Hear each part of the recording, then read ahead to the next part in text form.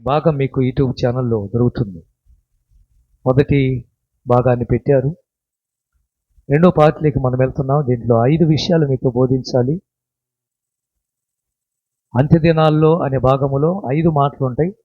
దానికి ముందుగా మీతో పంచుకున్న భాగము 49వ అధ్యాయం ఆదికాండం మొదటి వచనం. చదవండిక. మనం వాక్యం ఒక 15 నిమిషాలు ఉందాం. ఒక భాగాన్ని చెప్తాను మీకు. 49వ అధ్యాయం ఆదికాండం మొదటి వచనం. యాకోబు తన కుమారులను పిలిపించి ఇట్లనెను, రండి, అంత్య దినములు మీకు సంభవింపబోవు సంగతులను నేను చెప్తాను. చాలు, ఇంకేమొద్దు. ఈ 49వ అధ్యాయం ఆదికాండం అంటేనే మీకు తెలుసో తెలియదో దీన్ని ఏమంటారంటే యాకోబు బిడ్డలను ఆశీర్వదించింది 49వ అధ్యాయంలోనే. 12 మంది కుమారులకు ఒక్కొక్కరికి ఒక్కొక్క ఆశీర్వాదం యాకోబు గారు దీవించడం మనం చూస్తాం. ఇసాకా రోజు 2 కొడుకులు ఎందుకో దీవించలేకపోయాడు. ఏమంటారు? అవునా కాదా? ప్రేమించినటువంటి ఏషావును పిలిచి క్షమించాలి ఏషావును పిలిచి, నాయనా నాకు వేట మాంసం తెచ్చి పెడితే కడుపు నిండా తిని నిన్ను దీవిస్తానన్నాడు. కానీ మిగతా వాడు యాకోబు ఉన్నాడే, వాడి సంగతి ఏంటని ఆలోచించలే. తల్లిదండ్రిగా మీకు చెప్తున్నాను, పక్షపాతం చూపకండి. అర్థమవుతుందా? కొడుకును ఒక విధంగా, కూతుర్ని ఒక విధంగా చూడకండి. 2 కొడుకులు ఉన్నట్లయితే చిన్నోడిని ఒక విధంగా, పెద్దోడిని ఒక విధంగా చూడకండి. సమానంగా చూడండి. మన ఇల్లు బాగుంటుంది. ఏం బాగుంటుంది? ఆ రోజు ఇసాకు ఇల్లు ఏమైందో తెలుసా? సమాధానం లేదు, సంతోషం లేదు. ఆఖరికి యాకోబును దూరం చేసుకున్నారు. 20 ఏండ్లు కొడుకు దగ్గర లేడు. తెలుసా మీకు ఆ సంగతి? యాకోబు 20 ఏండ్లు పద్దనరాములో ఉంది లాబాన్ దగ్గర. కొడుకు దగ్గర లేకపోతే ఎలా ఉండదండి? ఉదాహరణ, ఇలిటానికి రమ్మంటారు, ఇల్లిరికం అంటారు. ఏ ఇరికం? ఇల్లిరికము అంటే 20 ఏండ్లు నేను పెంచి 25 సంవత్సరాలు వాడిని పెంచి వాడిని ఇల్లిరికము కొడుకును ఎవడిస్తాడు చెప్పండి? అంటే మామగారి అత్తగారి ఇంట్లో ఉండాలి వాడు. అలా అయితేనే మా పిల్లని ఇస్తామంటారు. చేసేది లేక ఆ పిల్ల ఇష్టపడింది, లేక ఆ పిల్లోడు ఇష్టపడ్డాడు, తప్పక అలాంటి పనులు చేసేవాళ్ళు కూడా ఉన్నారు. కష్టపడి ఆరుగాలం బిడ్డను పెంచి పెద్ద చేసి వాడి కోసం కొన్ని లక్షల రూపాయలు ఖర్చు పెట్టి వాడి పెళ్లి చూడాలనుకుంటే ఆఖరికి ఎవరో ఒక అమ్మాయి వల్ల పడి వాడు వెళ్ళిపోతే, ఎవరో ఒక అబ్బాయిని చూసుకొని అమ్మాయి వెళ్ళిపోతే ఎంత బాధాకరమైన విషయాలు. ఒక తల్లిగా తండ్రిగా వారు ఎన్నో ఆశలు పెట్టుకుంటారు పిల్లల మీద. నా కొడుకు పెళ్ళి ఇలా చేయాలి, నా కూతురు పెళ్ళి ఇలా చేయాలని. ఇల్లు అశాంతితో నిండటానికి అసలైన కారణం ఏంటో తెలుసా? పిల్లలను ఒకే రీతిగా చూడకపోవటమే. 2 పిల్లలు నీకుంటే, 3 పిల్లలు ఉంటే సమానంగా నువ్వు చూడలేకపోవటమే. అందుకే వాళ్ళు అంటుంటారు, అక్కను ప్రేమించినట్టుగా నన్ను ప్రేమించవు అని తల్లిదండ్రులతో మాట్లాడుతుంటారు. పెద్దోడేంటే నీకు ఇష్టములే అని అంటుంటారు. అవి పిల్లలు మనసులు పాడైపోతాయి. ఆఖరికి ఇసాకు అంటాడు, నాయనా నాకు వేట మాంసం తెచ్చిపెట్టమ్మా పెద్ద కొడుకుతో అంటాడు. వేట మాంసం తెచ్చిపెడితే నేను కడుపు నిండా తిని నిన్ను దీవిస్తానంటే చిన్నోడు ఏం కావాలి మరి? ఆలోచించాడా? చిన్నోడు ఏం కావాలి? ఆ రోజు ఇసాకు మంచి నిర్ణయం తీసుకుంటే బాగుండేది. నాయనా మీరిద్దరు రండి, నాకు మంచి భోజనం తినాలనిపిస్తుంది, నాకు మంచి భోజనం పెట్టండి. పెద్దవాడు అయిపోయాడు ఇసాకు, కళ్ళు మందగించిపోయాడు, రెప్పలు లేవటంలా వృద్ధుడైపోయాడు. ఈ ఆఖరి క్షణాల్లో ఉన్నాను, చివరి దశలో ఉన్నాను. అంత్య దినాలంటే చివరి దశ, చివరి కాలం అంటారు. అంటే ప్రళయమో ఏదో అంతమో రాబోతుంది. అంత్య దినాలు అంటే అంతం ఏదో జరగబోతుంది, ప్రపంచం ఏదో కాబోతుంది అంటారు. ఇద్దరిని పిలిచి ఇద్దరితో మాట్లాడుంటే బాగుండేది. ఈ విషయం కాస్త రెబెకాకు తెలిసిపోయింది. గోడ పక్కనే ఉంటారు ఆడోళ్ళు, ఎప్పుడు ఇంటికి పక్కనే ఉంటారు, వింటా ఉంటారు అండి. ఆ పక్కనే రెబెకా ఉంది, వినింది. యాకోబుని పిలిచింది, నాయనా వాడు పెద్దోడు ఆశీర్వదింపబడితే నీ పరిస్థితి ఏం కావాలి? నా మాట విని, నేను ప్లాన్ చేస్తున్నాను, నువ్వు వెళ్ళరని చెప్పేసి ఆ రోజు ఇల్లు వల్లకాడు చేసుకున్నాం. కుటుంబంలో సంతోషం లేకపోయింది. పిల్లలను దగ్గర పెట్టుకొని చూసుకోవాల్సిన తల్లిదండ్రులు చిన్నవాడిగా ఉన్నప్పుడు యాకోబు తరిమేశారు ఇంటికి వచ్చి. వద్దురా, మీ అన్న చంపేస్తాడు రా అని. ఈ భేదాలు ఎక్కడి నుంచి వచ్చాయి? పక్షపాతం. అలా మీరు చూసే తల్లిదండ్రిగా ఉన్నట్లయితే జాగ్రత్త. మీ ఇంట్లో కూడా సమాధానము అలుముకోబోతుంది అన్న విషయము మర్చిపోకండి. ఆ రోజు యాకోబుకు 12 మంది కుమారులు ఉంటే ఇస్సాకు మాదిరిగా ప్రవర్తించాడా? తన తండ్రి మాదిరిగా ప్రవర్తించాడా? మరే నువ్వు రారా, నువ్వు నాకు మాంసం పెట్టరా, నాకు భోజనం పెట్టరా, లేకపోతే నాకు ఈ ఉంగరం పెట్టరా, నాకు లేకపోతే ఒక దండ తీసుకొచ్చేయరా, నేను దీవిస్తానన్నాడా? లేదు. 12 మందిని పిలిచాడు. అంత్య దినాల్లో ఏం సంభవించబోతుందో మీకు చెప్తాను రండి నాయన అని చెప్తున్నాడు. అలా అన్నాడు కానీ అంత్య దినాల గురించి అయితే ఏం మాట్లాడలేదు. కానీ ఆశీర్వాదాలు మాత్రం అందరికీ ఒక్కొక్కరికి దీవించటం మొదలుపెట్టాడు. ఒక తల్లి తండ్రిగా వారిని మనం దీవించాలి. ఎప్పుడు కూడా శాపనార్థాలు పెట్టడానికి కానీ నాశనం కోరటానికి కానీ వీల్లేదు. ప్రతి తల్లి తండ్రికి మాట మీకు వర్తిస్తుంది. మీ బిడ్డలను ఆశీర్వదించండి. అది వాళ్ళకి ఎంతైనా మేలు జరుగుతుంది. ఆ రోజు యాకోబు అంటున్నాడు, రండి అంత్య దినాల గురించి నేను మీతో మాట్లాడుతాను అంటాడు. ఇప్పుడు ద్వితీయోపదేశకాండం 31వ అధ్యాయం 29వ వచనం. ద్వితీయోపదేశకాండం 31వ అధ్యాయం 29వ వచనం. 31:29 లేదా? 31వ అధ్యాయం ద్వితీయోపదేశకాండం 29వ వచనం. ఎలయనగా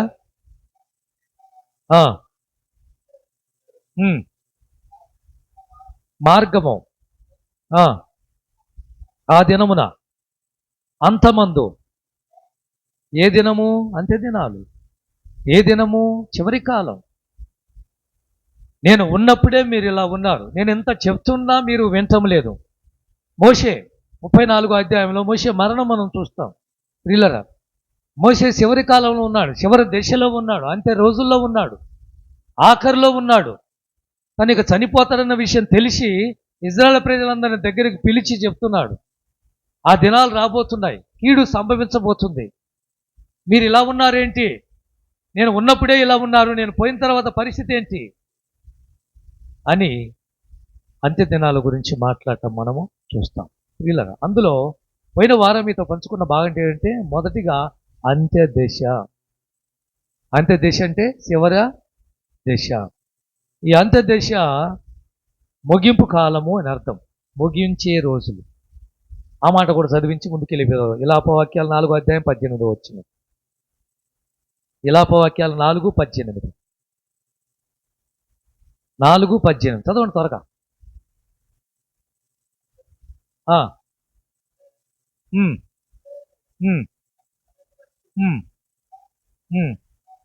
మా అంత్యదశ ఏమైంది? అంత్యదశ ఏమైంది? సమీపంగా ఉంది. చివరి కాలం ఏమైంది? దగ్గరలో ఉంది. ఇలాప వాక్యము అంటే అర్థం చెప్పండి. ఏడుపు గ్రంథం. విలాపము అంటే ఏడుపు. ఎవరు రచించిన గ్రంథం ఇది? విలాప వాక్యాలు ఎవరు రాశారు? విలాప వాక్యాలకు ముందు ఇంకొక ఆయన ఉంటాడు, చెప్పండి, ఇప్పుడు చెప్పండి. ఇర్మియా. గ్రంథకర్త ఎవరు? ఇర్మియా గారు. ఇది ఏడుపు గ్రంథం అంటాం. అంత ఏడుపే. దీంట్లోనే కరోనాకు సంబంధించిన మొత్తం సబ్జెక్ట్ అంతా దొరికేది మీకు. ఈ ఇలాప వాక్యంలోనే కరోనాకు సంబంధించింది మొత్తం కూడా దొరుకుతుంది. ఆ రోజుల్లో యవనస్తులు బయటికి రారు, ముసలి వాళ్ళు బయటికి రారు అనే విషయాలన్నీ కూడా, ఆ ఉత్సాహము, సంగీతము అంతా ఆగిపోతుంది అనేది కూడా ఇలాప వాక్యాలను మనకు కనిపిస్తుంది. మా అంత్యదశ ఏమైంది? మా అంత్యదశ ఏమైంది? సమీపంగా ఉంది. సమీపమైనప్పుడు అర్థమవుతుంది ఏమిటి, మనం ఎలా బ్రతికామురా నాయన. అప్పుడు మనం ఎలా ఉంటామంటే బాధేస్తుంది. టైము నాశనం చేసుకున్న వాళ్ళు, సమయాన్ని అంతా పాడు చేసుకున్న వాళ్ళు, ఇప్పుడు టైం ఉంటే బాగుండు, ఇప్పుడు సమయం దొరికితే బాగుండు, ఇంకొక గంట పని చేసేవాడిని, ఇంకొక రోజు దొరికితే బాగుండు, నా పిల్లల భవిష్యత్తును కాపాడుకునేవాడిని, ఒక నెల నాకు దొరికితే బాగుండు, కష్టపడి నా పిల్లలకి ఏదైనా చేసేవాడిని. తర్వాత అవకాశం ఏమీ దొరకదు. అందుకే ఎవరు బిలాం అనేవాడు అంటాడు, నా చివరి దశ, అంత్యదశ ఎలా ఉండాలంటే, నా మరణం ఎలా ఉండాలంటే నీతిమంతుని మరణం వంటిది కావాలంటాడు. సంఖ్యాకాండం 23వ అధ్యాయం 10వ వచనం. సంఖ్యాకాండం 23వ అధ్యాయం 10వ వచనం.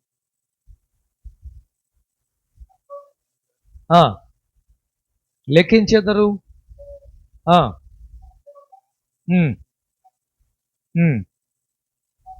నీతిమంతుల మరణము వంటి మరణము నాకు లభించునుగాక. ఆ అంత్యదశ ఎవరి అంతంలాగా ఉండాలి? నా అంత్యదశ చివరి కాలం ఎవరిలాగా ఉండాలని కోరుకుంటున్నాడు? నీతిమంతులు చచ్చిపోతారు చూడు, చాలా అద్భుతంగా. మంచి మరణం అంటాం. ఎవరు? మంచి సావు వచ్చిందండి వాడికి అంటుంటాం. మంచి సావు అంటే ఏంటి చెప్పండి? మంచి మరణం అంటే ఏంటి? మంచి ఎవరిని ఇబ్బంది పట్టకుండా తిరుగుతా మంచంలో పడకుండా, మంచంలో పడకుండా, ఎవరి దగ్గర చేయి చాచి అడుక్కోకుండా, ఒరే మనోడ మంచి లేదా, ఓ మనవరాలా కొంచెం అన్నం పెట్టదు, బాధలన్నీ పడకుండా అండి. ఎవరి చేత చా అనిపించుకోకుండా పోతాడు చూడు. దీనికంటే మంచి మరణం ఏముంది చెప్పండి? నువ్వు బతికి మమ్మల్ని చంపుతున్నావు అంటారు కొంతమంది పిల్లలే, ఎవరో కాదు. అలాంటి స్థితికి రాకుండా విలామంటాడు, నా చివరి దశ ఎలా ఉండాలంటే నీతిమంతుల మరణం వంటి మరణం నాకు వస్తే బాగుండు, నా అంతము నా అంత్యదశ అలా ఉండాలి అంటాడు. ఇది మన దేవుని. ఇది పోయిన వారం మీతో పంచుకున్నాను. ఇక రెండోది అంత్యకాలం. దీంట్లో రెండో భాగం ఏంటంటే అంత్యకాలం. అంత్యకాలం అన్నా ముగింపే, చివరి కాలము అని అర్థం. దానియేలు గ్రంథం 12వ అధ్యాయం 4వ వచనం. 12వ అధ్యాయం 4వ వచనం. దానియేలు అంత్యకాలము వరకు నీ గ్రంథమును ఏం చేస్తావు? ముద్ర వేయి. అంత్యకాలం దాకా ముద్రించుంచు, మరుగు చేసి ఎవరికి చెప్పొద్దు. 9వ వచనం కూడా చదవమ్మా. అతడు మరుగుగా ఉండునట్లు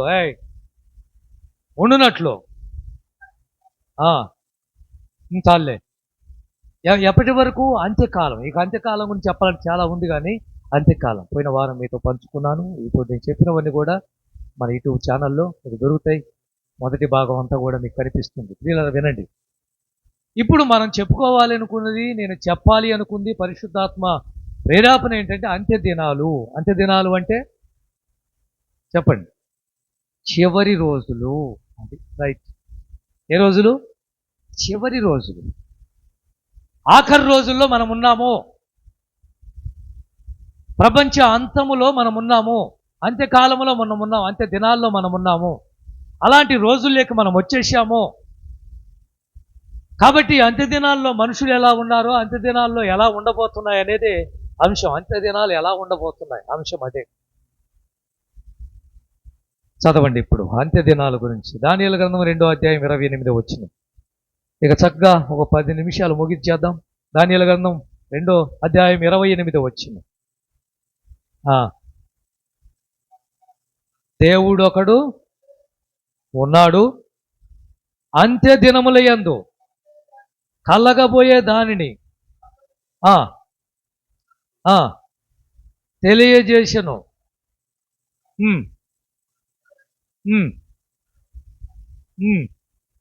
రాజా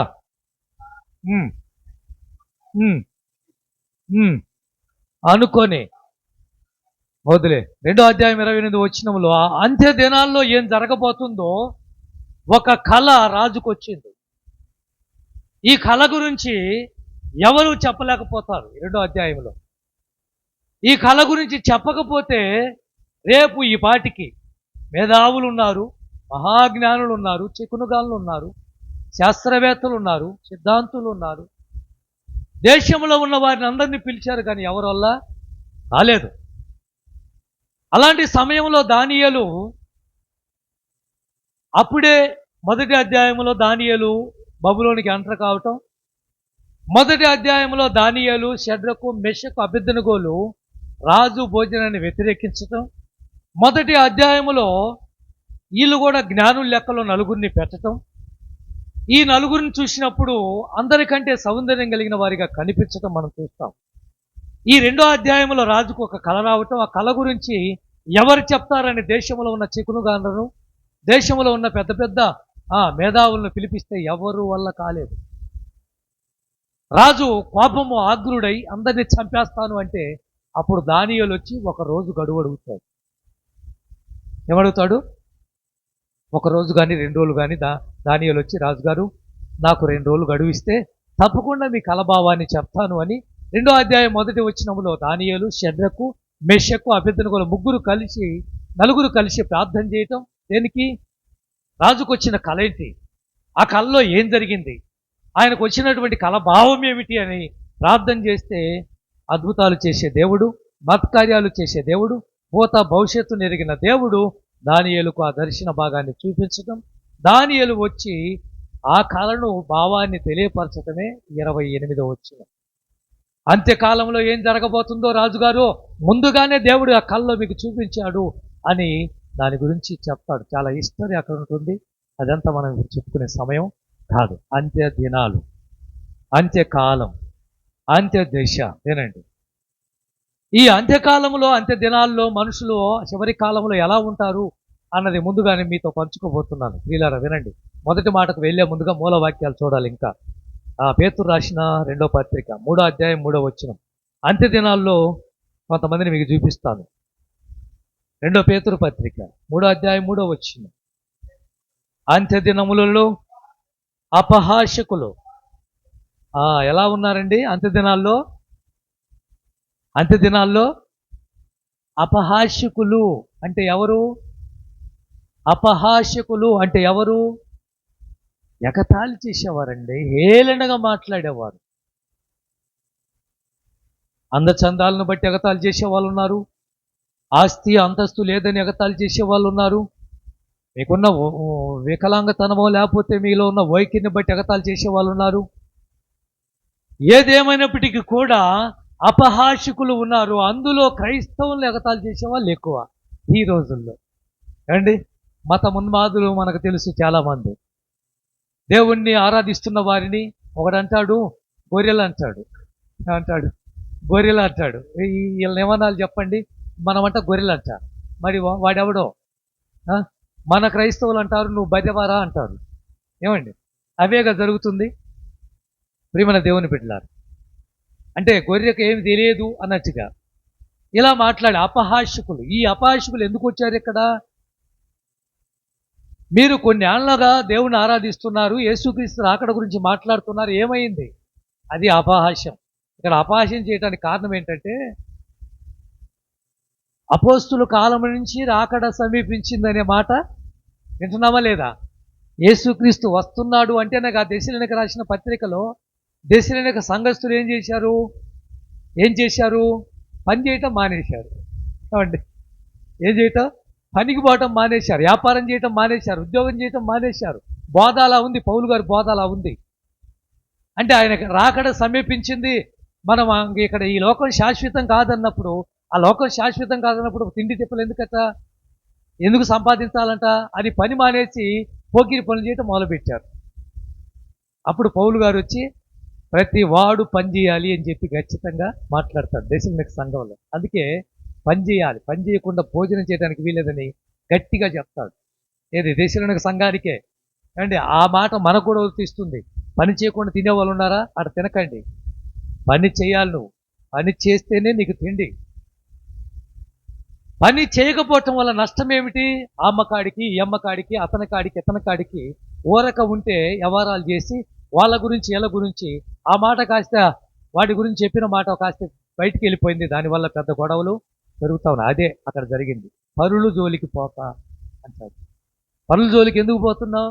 పని లేకనేగా. పని ఉంటే నీకేం పని? యేసుక్రీస్తు రాకడ గురించి మాట్లాడితే భక్తులైన వారు అనేక మంది ఆస్తులు అమ్మి తెచ్చిపెట్టారు అపోస్తుల పాదాల దగ్గర. అప్పుడే ఏది? అపోస్తుల కార్యాలు 9 ఎక్కడ 5వ అధ్యాయంలో ఏం చేశారు చెప్పారా? ఎవరు? అననీయ, సప్పీరా. వాళ్ళు కూడా పొలం అమ్మి పెట్టింది అప్పుడే. అంటే పేతురు ప్రసంగం కానీ పౌలు గారి ప్రసంగం కానీ ఎలా ఉంటుందంటే వాళ్ళ హృదయాలు, కఠినమైన హృదయాలు పగిలిపోతాయి. వాళ్ళు బోధిస్తూ ఉంటే, పేతురు బోధిస్తుంటే ఏం చేశారు? హృదయాలు నరకబడి, కొట్టబడి, ఇక మాకు ఈ జీవితం వద్దు, లోకంతో మాకు వద్దు, మాకు ప్రభు కావాలి అని 3000 మంది ప్రభు కోసం వచ్చారు ముందుకు. అది వాళ్ళ బోధ. ఇప్పుడు అపహార్షకులు వచ్చి అంత్య దినాల్లో వచ్చి వాళ్ళు మాట్లాడే మాట ఏంటంటే యేసుక్రీస్తు రాకడన్నారు ఎప్పుడు? 9వ వచనం, 3వ అధ్యాయం పేతురు రాసిన పత్రిక 9వ వచనం. ఆ ఆ చేయువాడు కాడు, ఎవడూ నశించకూడదని నిశ్చయింపక అందరూ మారు మనసు పొందాలని మీ ఎడల దీర్ఘశాంతం కలిగి ఉన్నాడు. హల్లెలూయా. ఇప్పుడు చెప్పండి, యేసుక్రీస్తు రాకడ ఎందుకు రాలేదు? ఏమండి, 2012 అని ఒక మూవీ తీశాడు అంతం. నిజంగా ఆ మూవీ చూసినప్పుడు అందరూ అర్థమైపోతుంది 2012తో లోకం అంతమైపోతుంది. బైబిల్ ఒప్పుకోదే. బైబిల్ దాన్ని ఏమాత్రం కూడా ఒప్పుకోదు. అంతం ఎప్పుడు చెప్పండి? అంతం ఎప్పుడు? అది లోకమంతా దేవుని సువార్త ప్రకటింపబడిన తర్వాతనే అంతము. అది బైబిల్ సువార్త. ఎప్పుడు అంతము అంటే లోకమంతా యేసుక్రీస్తు ప్రభువు అని ఒప్పుకోవాలి, లోకమంతా యేసుక్రీస్తు దేవుడు అని తెలుసుకొని ఉండాలి. ఎవరికి యేసుక్రీస్తు దేవుడు కాదని తెలియటానికి వీళ్ళు అందరికీ యేసు దేవుడా అని తెలియాలి. తీర్పులో ఏ ఒక్కడు కూడా ఆయన ప్రశ్నించడానికి వీల్లేదు. నువ్వు దేవుడివని మాకు తెలియదు అని ఏ ఒక్కరు అనడానికి వీల్లేదు. అది యేసుక్రీస్తు యొక్క ప్రేమ. ఆలస్యం ఎందుకు అవుతుంది? ఆయన రాకుండా ఎందుకు ఆగాడు అంటే అందరూ మారు మనసు పొందారు. ప్రతి ఒక్కరూ యేసుక్రీస్తుని తెలుసుకోవాలి. ఎవరు నశించిపోకూడదని దీర్ఘ శాంతం. ఎంత ఓపికతో ఉన్నాడో ఆలోచించండి, ఎంత ఓపికతో ఉన్నాడో. వీళ్ళు వచ్చి అంటారు ఎప్పుడట 2000 సంవత్సరం నుంచి ప్రకటిస్తానే ఉన్నారు యేసు రాకడ. ఎప్పుడు ఎందుకు ఆగుతున్నారంటే అందుకే ఆగుతున్నారు. ఇంకా కొన్ని దేశాలు యేసుక్రీస్తు గురించి తెలియదు. నమ్మాలి మీరు. ఎంత టెక్నాలజీ పెరిగినా కూడా కొన్ని దేశాలకు యేసుక్రీస్తు ఎవరో కూడా పరిచయం కాదు.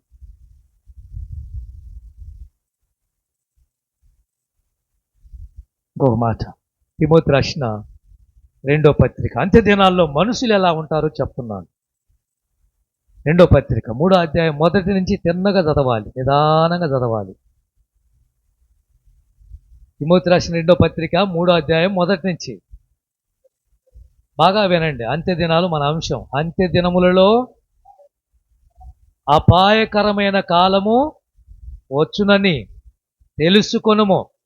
ఏలయనగా మనుషులు అంత్య దినాలు ఎలా ఉన్నారండి? వినండి వినండి, ముగిస్తున్నాను, ఈ భాగంతోనే ముగిస్తున్నాను.